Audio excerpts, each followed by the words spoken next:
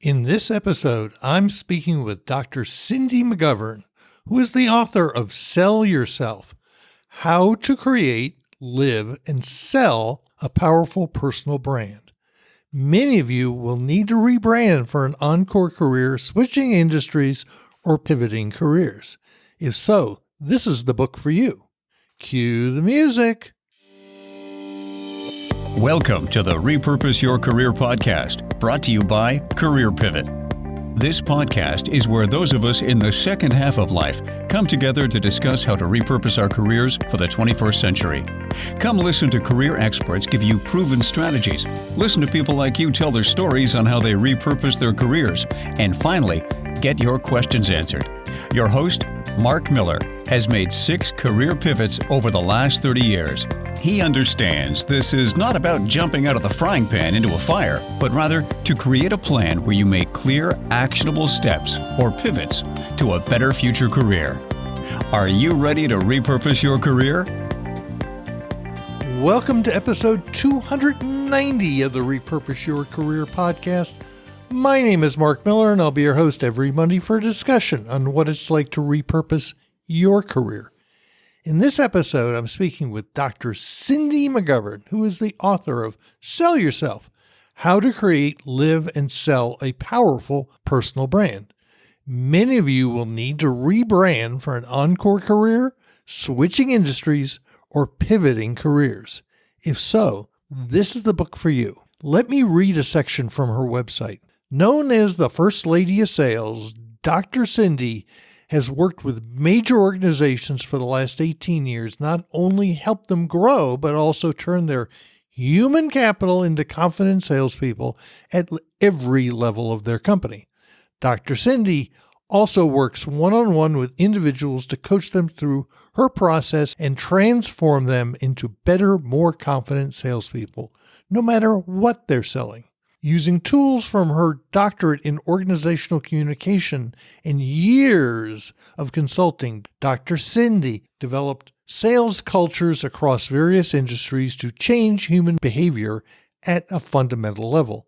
Her goal is to help people get over the ick factor in selling so they can embrace their inner salesperson. Because everyone sells every day, Dr. Cindy wants to be a resource to help people learn how to sell more effectively with the business motto of grow big or go home. Dr. Cindy transforms businesses and individuals to increase growth and revenue.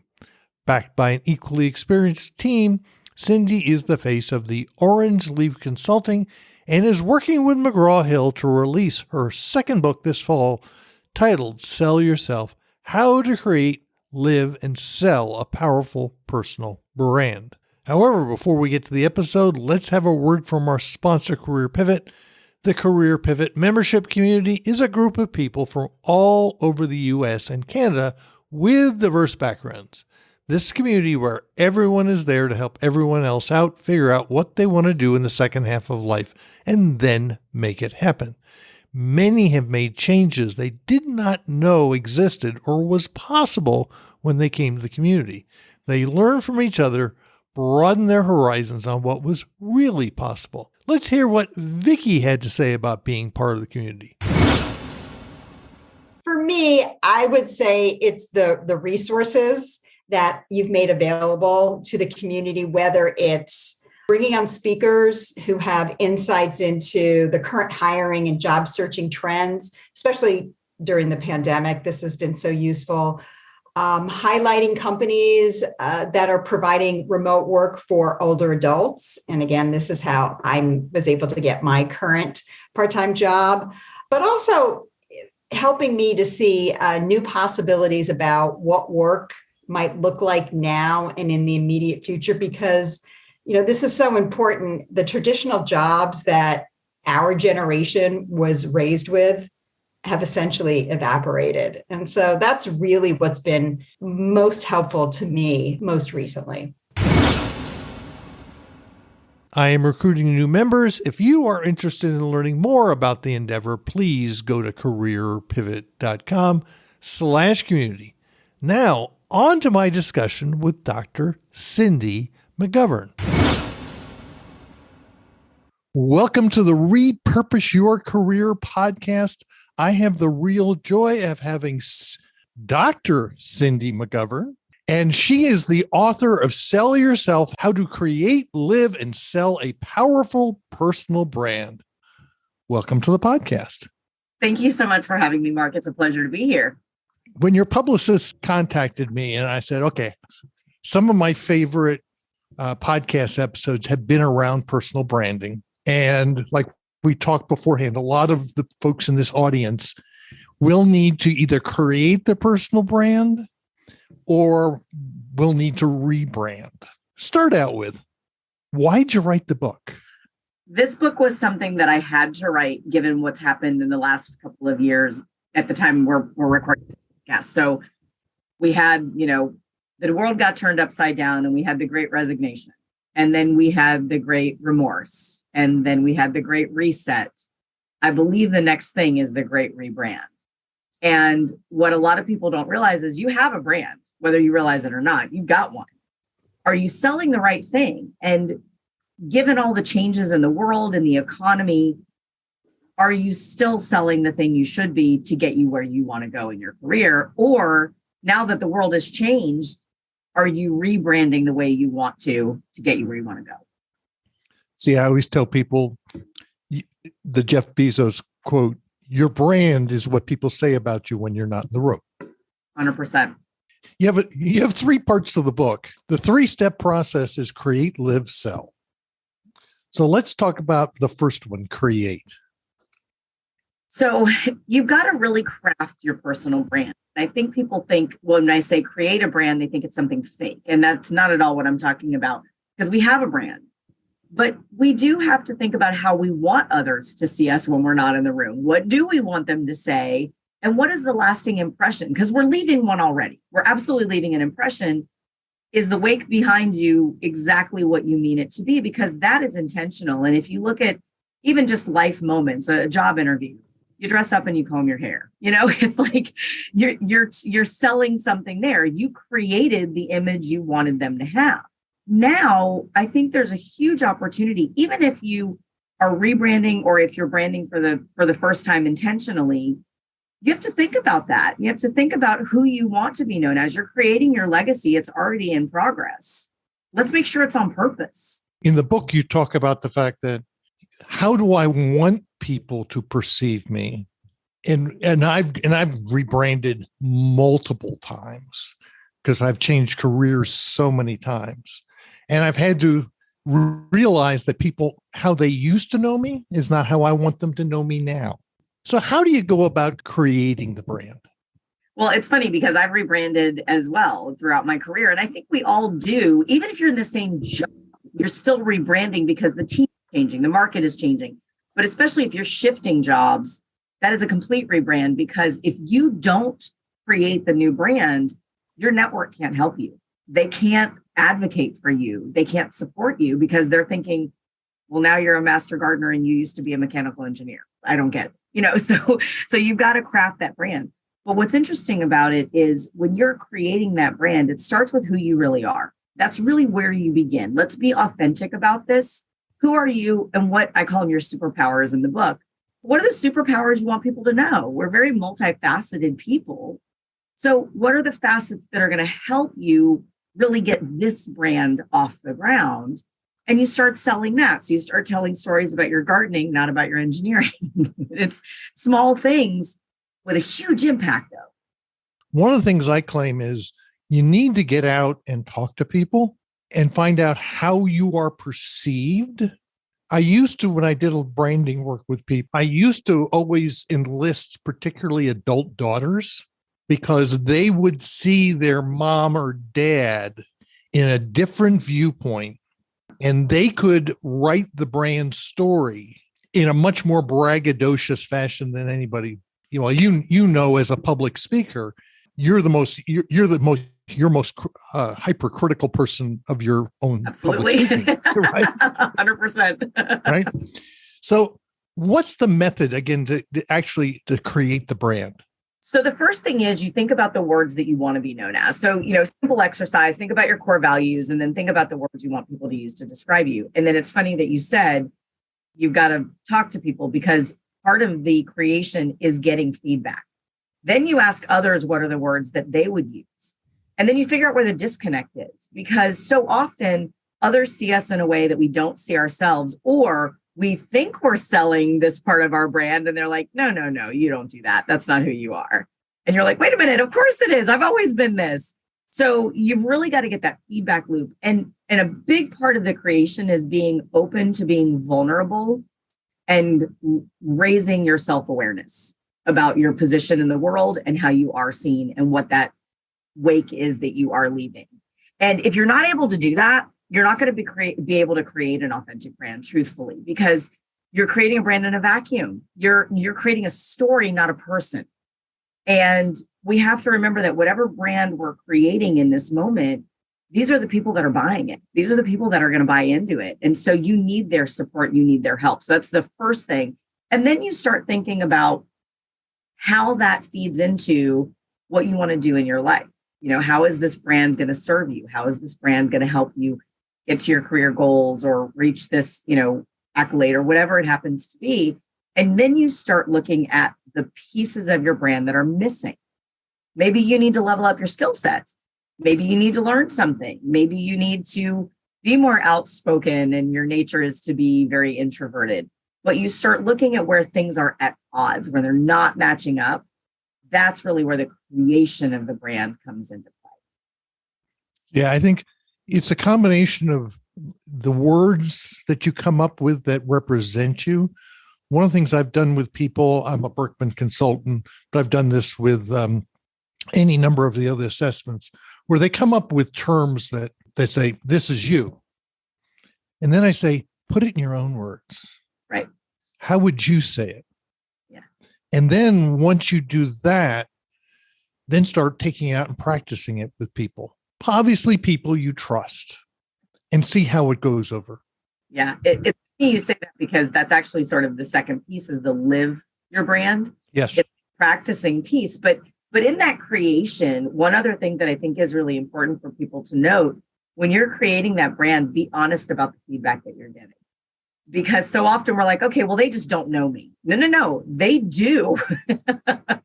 That is absolutely who you are. Like if you have the resting witch face, everybody tells you that. That's true. You have to recognize that. And maybe that's not serving you, and you'd be willing to change that. You'd be willing to do something different to help you. My son now is 38 or 39 years old, but as a teenager, he used to roll his eyes and he had no clue he was doing it. And it's like, dude, you're giving it off and you don't even realize how you're being perceived. Yeah, you really don't. I really like your part two, which is live your brand. And the reason why I really like this, because I've never found another branding book that actually says, okay, I need to implement this throughout my life. So tell us what you mean by live your brand. So you are the package and you are the brand that you're selling, and you are selling that 24/7. So if you went into a store to buy a soda and it was in a box instead of a can, it would weird you out. You'd be like, wait a minute, what is this? That's not the thing I know. And that's because it's not consistent. When you consistently live your brand, you're building trust with those around you who are, in fact, buying into your brand and supporting that. And so you've got to live it in every facet. And when we go off brand is where it creates distrust. And people don't buy into what you're selling because they're like, oh, but is this really you? Or were you faking it? Was this not it? And I think people really don't recognize how important it is to be that every single day. And it's very funny. I was with a client earlier this week and she said, are you ever not Dr. Cindy? I just kind of giggled at that question. And I was like, I knew what she meant. I was like, tell me more about what you mean. And she goes, no, every time I see you, even if it's 12 o'clock at night checking into a hotel, I've seen her before in the lobby. She's like, you're dressed professionally.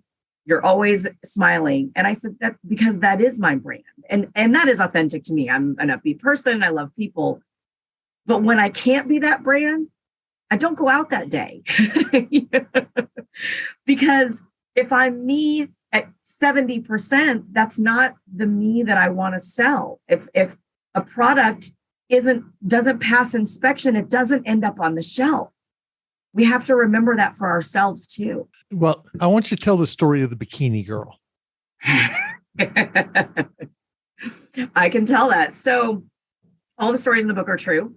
And there was a young lady that was online, and she had two online personas. One was her in bikinis literally every day, different bikinis, beautiful, beautiful young girl, very model-esque. But her other Instagram and her other social media platform and even YouTube videos were her as a journalist, like interviewing people. And I even say it in the book. I know it's a little insulting, but I nicknamed her in my world Bikini Girl because I didn't know which one she wanted to be.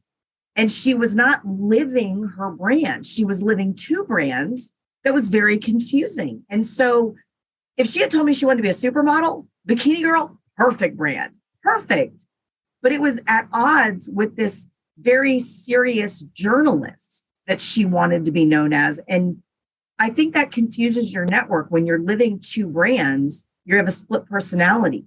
They don't know. It's like a restaurant that serves, two different kinds of cuisine. They serve Mexican cuisine and Chinese, and you're like, I don't know what I want to eat, so I'm not going to go. So we have to make it easy for people to understand what we want to be known as. The reason why I found that particularly because I end up with a lot of people who literally, they have two sides to themselves. And this is particularly I found of creatives who take the creative piece and they put it in a little box and they put it underneath the bed and they put it away. And they just suddenly go, but I'm this creative. Well, which do you want to be? Nobody knows. Right. And they want to say, well, I want people to know both. The question comes down to is, again, what do you be known for? Make a choice. It is. And it doesn't mean that you can't have a creative facet to you. But we are human beings at the end of the day, and we love to compartmentalize. We want to file you somewhere. And so it's hard for me to file you in my IT file as well as my Etsy shop file, and you can sell them if it's clear. If Bikini Girl was interviewing people on fashion and fashion models and anything of that sort, if there was a common thread, would have made perfect sense. But it was very serious journalism on one hand and high fashion on another. They didn't match. Yeah, you also talk about your social media presence to make sure that you are not off-brand in your personal life. Like you talk about the one teacher. Why don't you tell that story? Yeah. So people forget that you can see social media 24/7. That's your highlight reel. And there was a true story. There was a teacher who was a elementary school teacher and wanted very much that for her to be her career, but she was posting pictures of her partying on the weekends. And parents were seeing that. And, in her mind, and I know the story, her mind was, but that's my time off. And it was like, but you have to remember, you're still selling to those parents on Saturday. On Saturday, you're still building the trust with them that they can send their kid to your class and you're going to set a good example. And that's not the example they're looking for you to set. So you're selling the wrong thing in that moment. You're not living the brand you think you are. It's interesting. Since we moved to Mexico, I only post on Facebook about once every 3 months, primarily to tell my friends back in Austin that I'm coming back or here's what's going on in my life. But what I do on the weekends, I'm sorry, I don't post that on Facebook. I stay away from, I personally find a lot of it to be very toxic, particularly in the pandemic. It was really good for my mental health. Yeah. Just stay away from it because people will perceive you based on what you post. It's very true. And I think the other thing that people forget is even if you post something and then you take it down, it's out there. It's already gone. I mean, when the internet started, people forget, but we used to call it publishing a post. We called publishing, if you remember these days.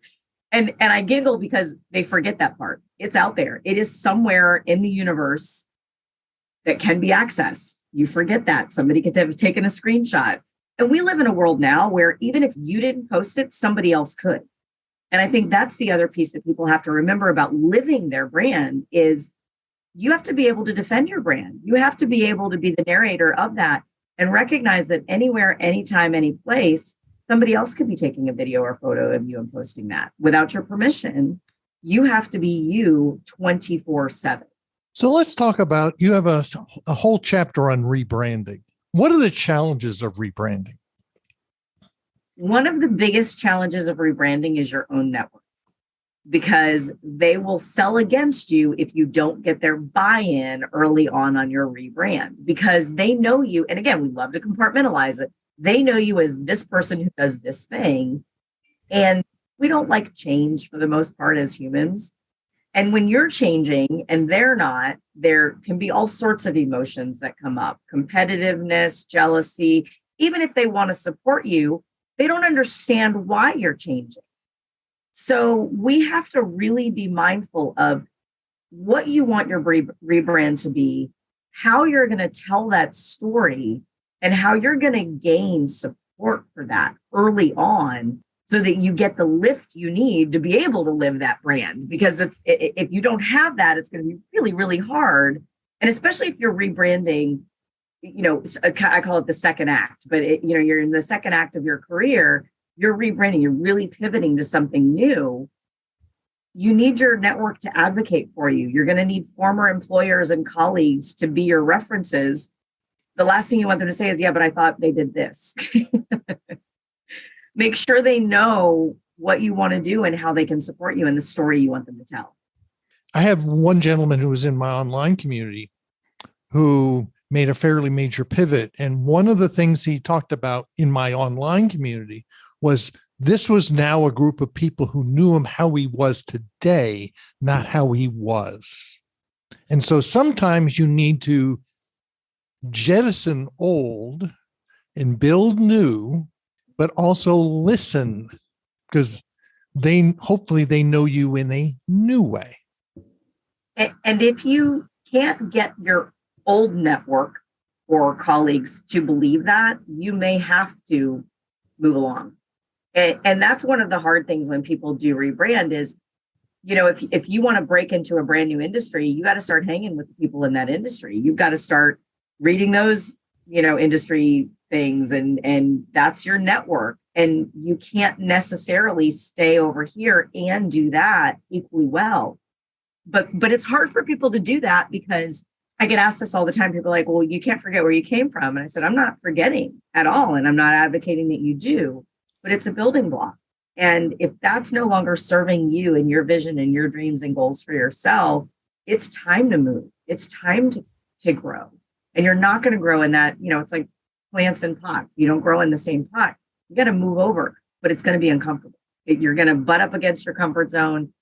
You're going to get some resistance from that network, listen to them, understand why they're saying this, but then also be able to, and I talk about this in the rebranding part, but defend your brand and control the narrative around it. Make sure that you're making them tell the story you want them to make, that they know the words to use.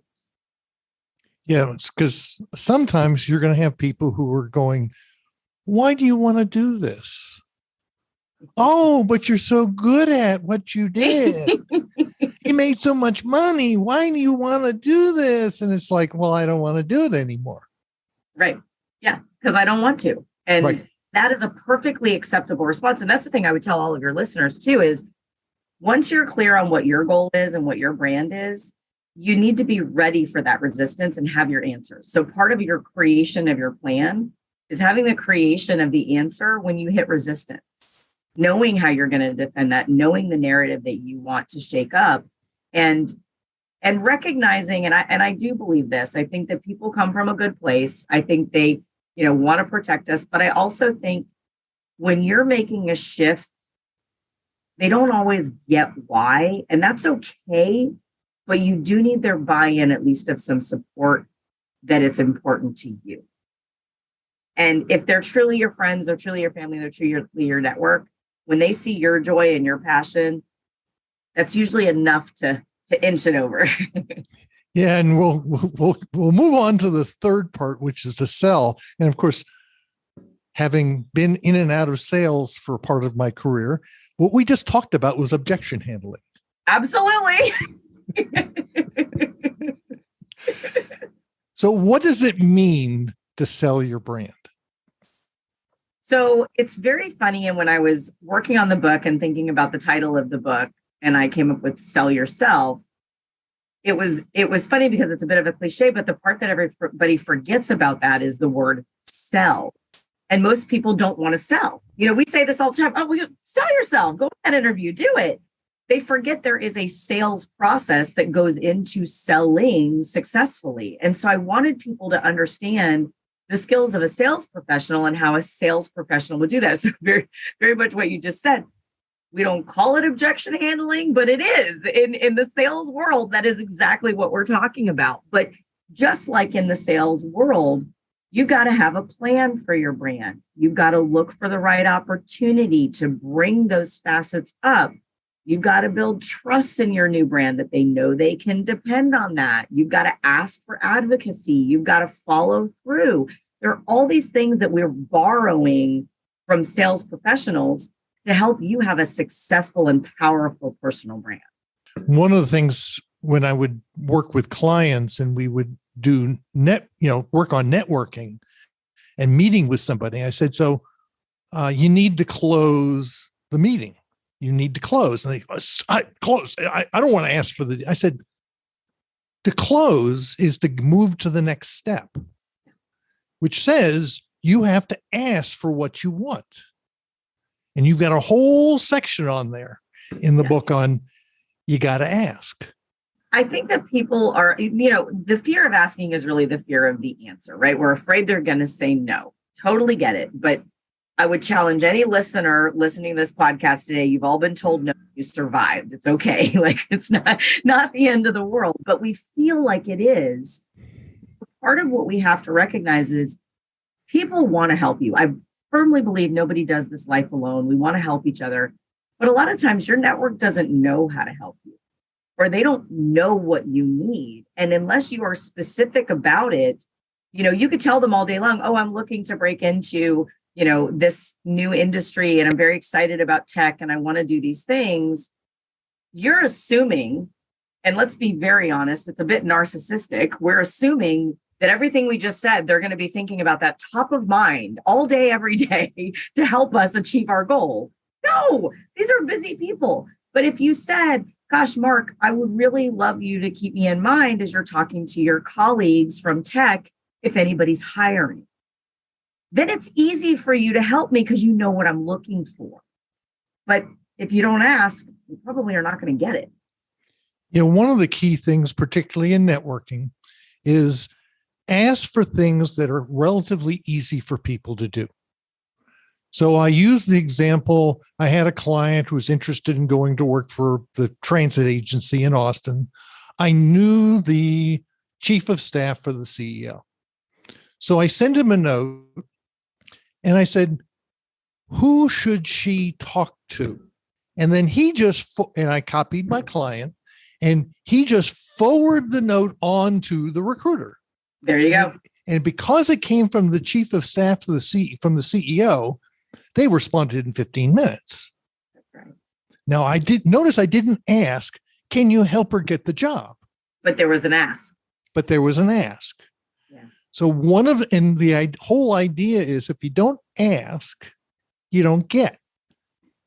And just like I have a chapter in my book on MSU disorder, and MSU stands for make stuff up. We all make stuff up. Yeah. The assumptions we make are usually based on stuff we make up in our heads. Totally. After someone has read the book, what do you want them to do?